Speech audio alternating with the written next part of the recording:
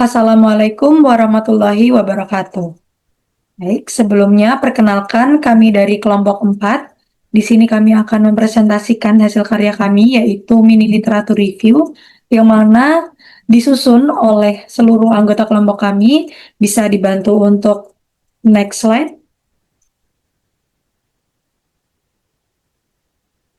Baik, sebelumnya perkenalkan saya Bini Muzakia Umairo dengan 3 NIM terakhir 014. Saya Devina Amanda Wijaya dengan 3 NIM akhir 133. Saya Lintang Hainandi Akmal Putri dengan NIM akhir 063. Saya Muhammad Ikhlasul Amal dengan 3 NIM terakhir 062. Saya Nabila Lamara Putri dengan 3 NIM terakhir 073. Dan saya Isfirani Dizina Aulia dengan 3 NIM terakhir 072. Baik, selanjutnya next slide.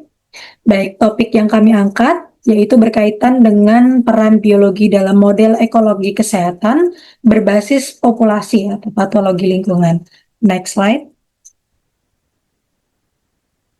Baik, kami akan lanjut masuk pada pendahuluan dari mini literatur review kami, yang mana kesehatan manusia ini terbentuk dari sebuah interaksi antara kondisi biologis, kemudian kondisi lingkungan, dan sosial, yang mana ketiga hal tersebut ini semakin tertekan oleh perubahan iklim, kemudian urbanisasi, polusi, hilangnya biodiversitas, serta pencemaran air dan tanah.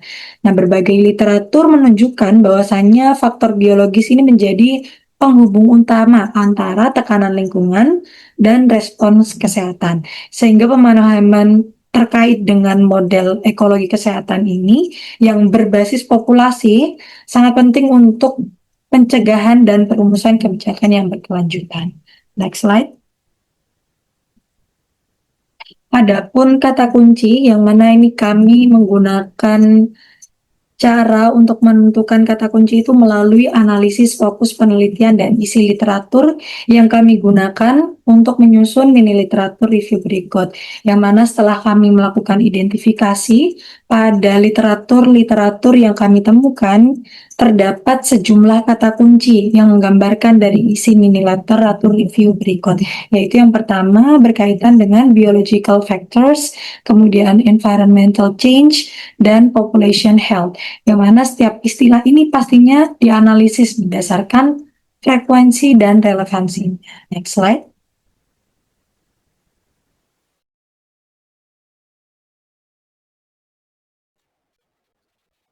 Strategi menemukan literatur dilakukan secara sistematis dengan memulai dari perumusan kata kunci yang relevan dengan topik penelitian, seperti biological factors, environmental change, dan juga population health. Kata kunci ini kemudian dikombinasikan menggunakan operator boolean, and, dan juga or untuk memperluas atau mempersempit hasil pencarian.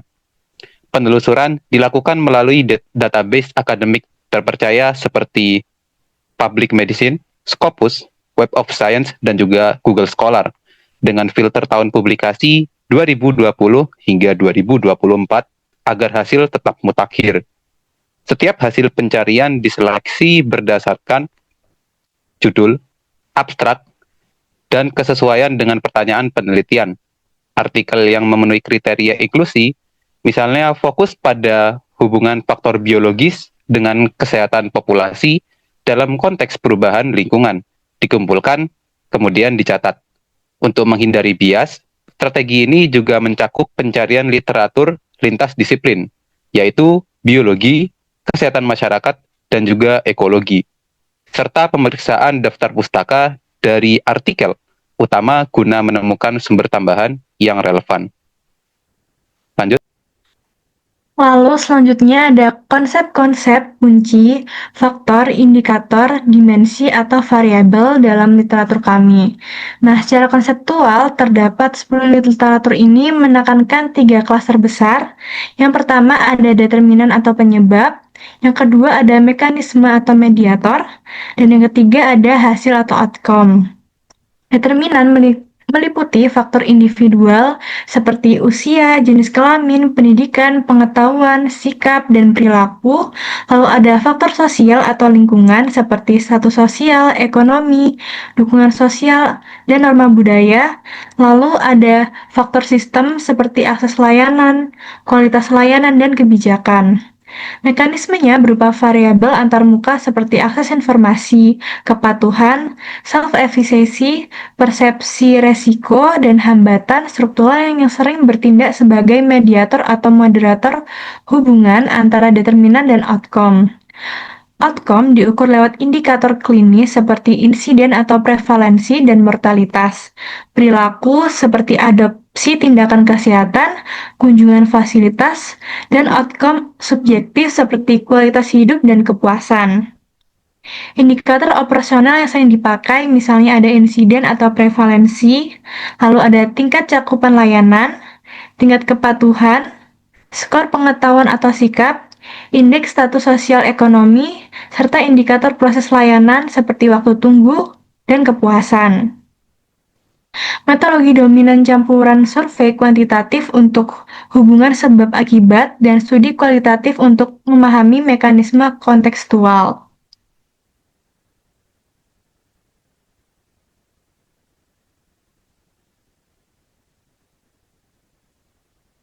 Lalu keterkaitannya, banyak studi menemukan jalur kausal berantai, misalnya ada status ekonomi, akses layanan atau mediator, kepatuhan, outcome kesehatan, atau pendidikan memoderasi pengaruh kampanye kesehatan terhadap perilaku. Literatur ini juga menekankan level analisis multilevel, misalnya individu, komunitas, dan kebijakan, lalu pentingnya interaksi sinergi antar faktor. Lalu ada pula keterbatasan umum misalnya seperti heterogenitas pengukuran, potensi bias silang atau confounding, dan kurangnya studi longitudinal untuk menguatkan inferensi kausal. Baik, selanjutnya adalah tesis atau problem statement. Berdasarkan penelitian yang telah kami lakukan, kami menemukan bahwa setiap literatur memiliki fokus problem statement yang berbeda, namun memang mirip. Nah, seluruhnya itu berupaya menjelaskan keterkaitan antara faktor biologis, lingkungan, dan kesehatan populasi. Beberapa studi menyoroti bagaimana perubahan iklim dan suhu ekstrim dapat mempengaruhi interaksi antara inang dan patogen, serta meningkatkan resiko penyakit menular. Penelitian lain membahas tentang dampak urbanisasi dan penurunan biodiversitas terhadap sistem imun manusia, serta munculnya penyakit akibat paparan polusi udara dan mikroplastik. Selain itu, terdapat literatur yang mengkaji degradasi kualitas air dan tanah akibat pencemaran biologis maupun kimiawi yang berimplikasi langsung terhadap kesehatan masyarakat. Secara keseluruhan, tesis yang dapat ditarik dari berbagai literatur ini adalah bahwa faktor biologis berperan penting dalam menjembatani pengaruh lingkungan terhadap kondisi kesehatan manusia. Perubahan ekologis, aktivitas antropogenik, dan ketidakseimbangan biologis saling berinteraksi membentuk resiko patologi lingkungan yang mempengaruhi kesejahteraan populasi secara luas. Lalu untuk latar belakangnya sendiri, secara umum penulis-penulis menyoroti bahwa perubahan lingkungan, baik akibat urbanisasi, polusi maupun perubahan iklim telah mempengaruhi kesehatan manusia. Lalu, banyak studi menekankan kesenjangan pengetahuan terkait bagaimana faktor lingkungan seperti kualitas udara, suhu ekstrim, biodiversitas, mikroplastik, hingga pencemaran air berinteraksi dan berdampak pada risiko penyakit. Benang merahnya adalah bahwa lingkungan yang memburuk meningkatkan kerentanan populasi, mulai dari penyakit infeksi, gangguan pernafasan, hingga ketidakseimbangan ekologi. Lalu konteks studi bervariasi, meliputi kawasan perkotaan, Amerika Latin, India, Bangladesh, lalu laboratorium untuk eksplorasi mekanisme biologis, hingga kajian global tentang perubahan iklim dan kesehatan. Sebagian besar penelitian dilakukan pada wilayah dengan urbanisasi tinggi, polusi berat, atau rentan terhadap perubahan iklim. Sehingga hal ini memberikan gambaran luas tentang tantangan kesehatan lingkungan yang di masa kini.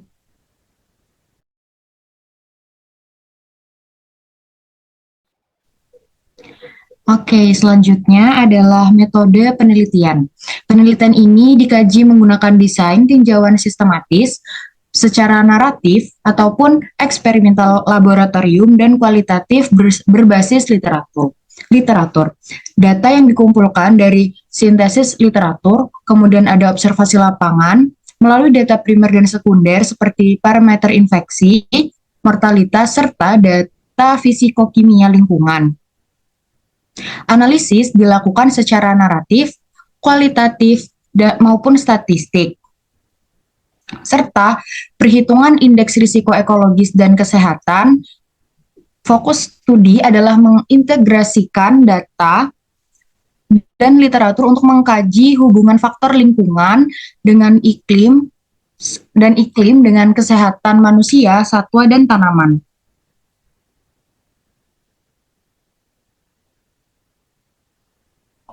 Selanjutnya adalah interpretasi data, yang dimana di sini dibahas faktor lingkungan biologis dan perubahan lingkungan memiliki pengaruh signifikan terhadap kesehatan populasi melalui interaksi kompleks antara kondisi fisik, biologis, dan sosial ekonomi, yang dimana berbagai jenis lingkungan seperti perkotaan, habitat satwa liar, dan ekosistem tumbuhan dipengaruhi oleh polutan udara, pencemaran air, perubahan iklim, dan penurunan keanekaragaman hayati yang meningkatkan risiko munculnya penyakit infeksi, penyakit kronis, alergi, serta gangguan sistem imun. Studi yang dikaji menggunakan berbagai format visual untuk menyajikan data, termasuk tabel ringkasan statistik, grafik garis untuk tren waktu, diagram alir seperti Sankey untuk hubungan antar variabel, maupun plot scatter dan box plot untuk distribusi data. Beberapa penelitian menggunakan peta spasial dan diagram model untuk menggambarkan sebaran geografis dan zonasi risiko penyakit. Data performa biologis dan respon biologis pada studi eksperimental umumnya disajikan dalam grafik batang atau garis dengan tanda signifikansi statistik, yang dimana interpretasi hasil menempatkan data empiris dalam konteks hipotesis awal dan teori yang relevan. Sementara, dalam tinjauan yang naratif, pola hasil dibandingkan secara komparatif dengan memperhatikan keragaman metodologi, kondisi geografis, serta karakteristik sampel. Next.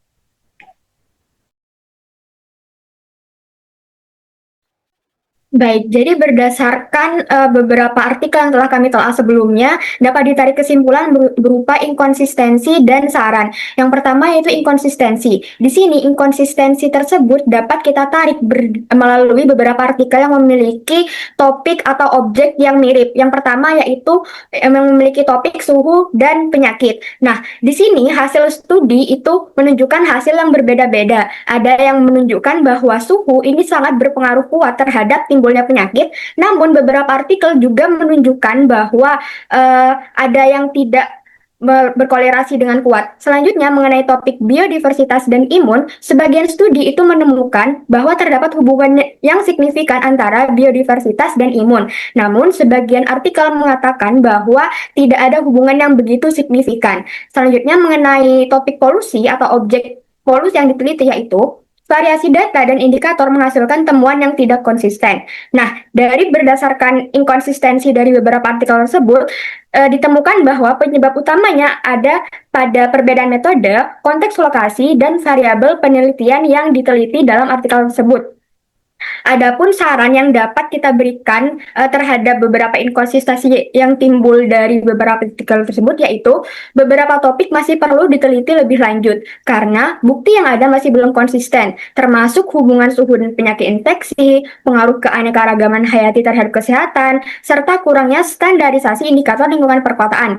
Nah, dari kurangnya standarisasi tersebut karena tidak ada standar yang pasti, ini menyebabkan adanya inkonsistensi dari beberapa artikel tersebut meskipun objek yang diteliti tersebut itu sama.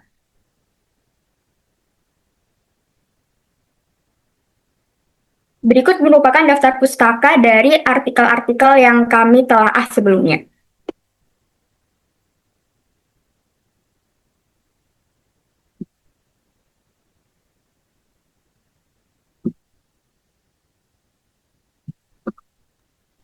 Baik, sekian presentasi dari kelompok 4. Kurang lebihnya mohon maaf.